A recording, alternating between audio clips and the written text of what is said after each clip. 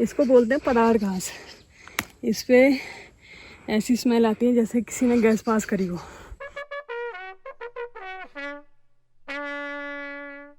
तो अब ये वही पौधा है, वही लीफ है जो मम्मी ने उस वक्त मुझे स्मेल कराई थी, जिसके बारे में मम्मी बता रही थी। अब मैं ये गीतों के साथ करने वाली हूँ। अभी हमें इको खेत के पास, ये हमारा PWD गेस्ट हाउस है, लोक निर्माण भवन इको खेत। और अब आज की हमारी यात्रा ऊपर ओम माँ वैष्णो देवी के मंदिर तक जाने की है, जो जूनियागढ़ी में स्थित है। और ये पहले पैदल का रास्ता था, मैं यहाँ पे पहली बार कभी भी नहीं गया हूँ इस हाथ से पहले, और ये इसका नया मार्ग बना है। तो मैं परिवार सहित इस मार्ग से आज ऊपर माँ वैष्णो देवी के दर्शन करने जा रहा हूँ, आशीर्वाद लेने जा रहा हूँ, और सारा जनमानस स्वस्थ और सुखी रहे उसके लिए माँ भगवती से प्रार्थना करने जा रहा हूँ। बोलो जूनियागढ़ी माता की जय, बोलो वैष्णो देवी माता की जय। हे महामाई माँ भगवती वैष्णो देवी, सारे जग का उद्धार कीजिए, सारे जग का कल्याण कीजिए। जय माँ भवानी। माँ वैष्णो देवी के मंदिर में जहाँ तक सड़क मार्ग वहाँ तक हम पहुँच गए हैं, और मंदिर कुछ ही दूरी पर स्थित है जैसे आपको दिख रहा है। इसके बाद ये बहुत हम हाइट में यहाँ पे, और ये सामने जो एरिया दिख रहा है ये सरायखेत कहलाता है। उसके सामने जो दूसरा वाला गांव है वो पैरा कहते हैं उसे, और रोड चलते जाती है जहाँ बादल दिख रहे हैं वहाँ उफरेखाल है। और ये पैरा के बगल में वल्ला घनियाल है, फिर पल्ला घनियाल जहाँ पे मेरा ससुराल भी है, फिर आगे चकर गांव, मसमोली और बगोली गांव है। और वो सीधा रोड जो जा रही है कलाणखाल स्कूल से होके, उसके जड़ पे जहाँ नहीं दिख रहा वहाँ देघाट है। और जैसे पौधा होता है ना, जिसे जिस पौधे को जहाँ होना वो वहीं हो जाता है। जैसे आपको दिख रहा होगा ये गाड़ी के अंदर है पौधा, मिर्च का है ये, और ये यहीं पे हो गया है। वहाँ पे हमारी गाड़ी खड़ी है ये रही, और अब यहाँ से हम लोग पैदल जा रहे हैं ऊपर मंदिर में। फिर से हल्के से हिमालयास दिख रहे हैं, होपफुली कैमरा ढंग से कैप्चर कर पाए। बादल इतना फास्ट मोशन कर रहे हैं यहाँ पे, देखो वाह। इसको बोलते हैं पदार घास।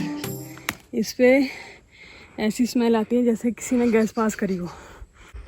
ऑलमोस्ट हम लोग पहुँच चुके हैं, ये रही मम्मी।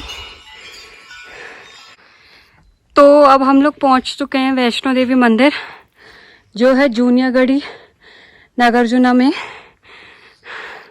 अब हम करते हैं दर्शन।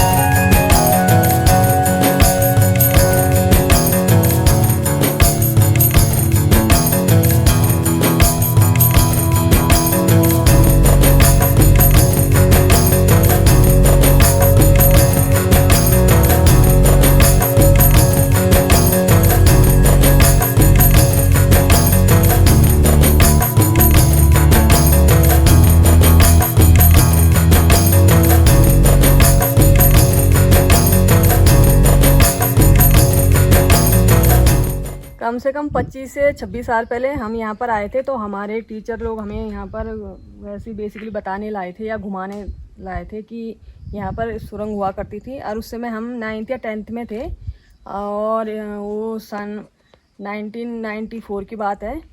तो उन्होंने बताई थी कि यहाँ से सुरंग है, और जो यहाँ से सुरंग गई है वो सीधा सियालदे तक गई है।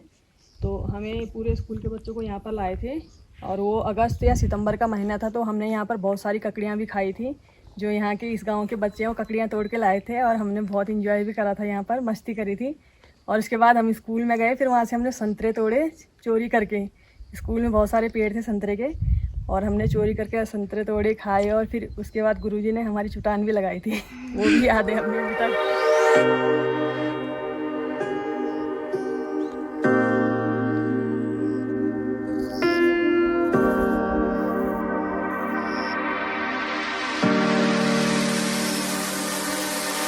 I know that you're afraid, it feels like every day things are slipping away, you're slipping away.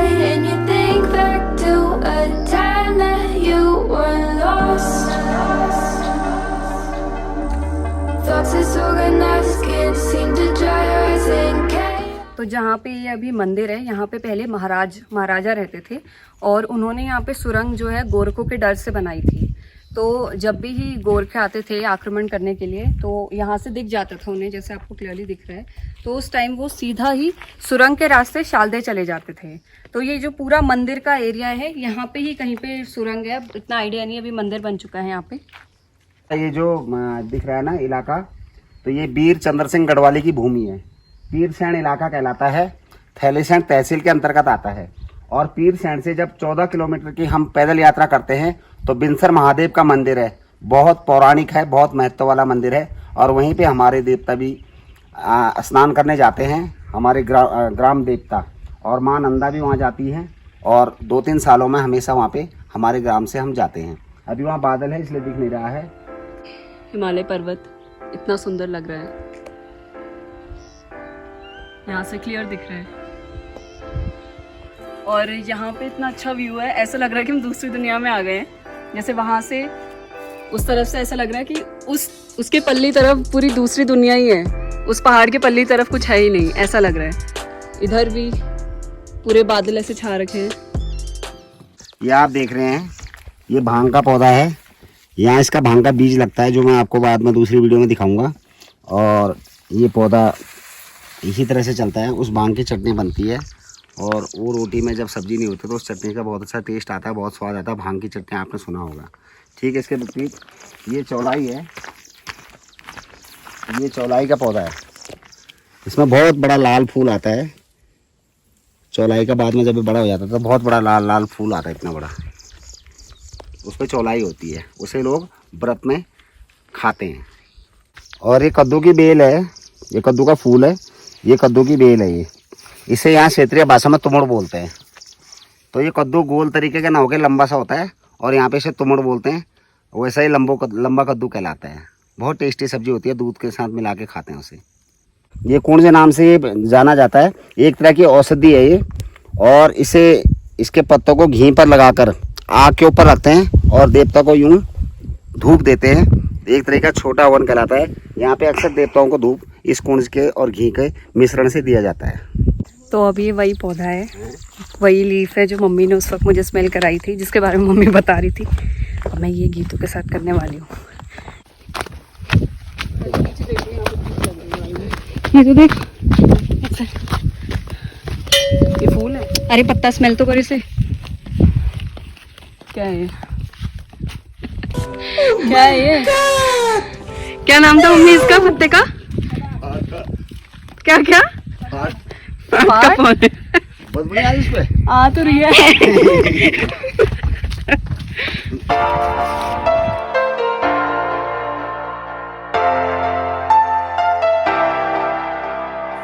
Take a chance, live your life for just one. और वो जो कुंज का पौधा था डैडी वो लेके आ गए अपने साथ, क्योंकि वो कहीं मिलता नहीं ज़्यादा, वो हाथ में लेके जा रहे अपने डैडी के पास है। ऐसा लग रहा है कि हम लोग कोई दूसरी दुनिया में आ गए हैं, या फिर मैं स्वर्ग बोलूँगी। यहाँ का जो व्यू है वो आपको आगे दिख ही जाएगा, पहले भी आपने देख लिया होगा। मेस्मराइजिंग व्यू, और आई थिंक ये फ़ोन पे कैप्चर करना बहुत मुश्किल है।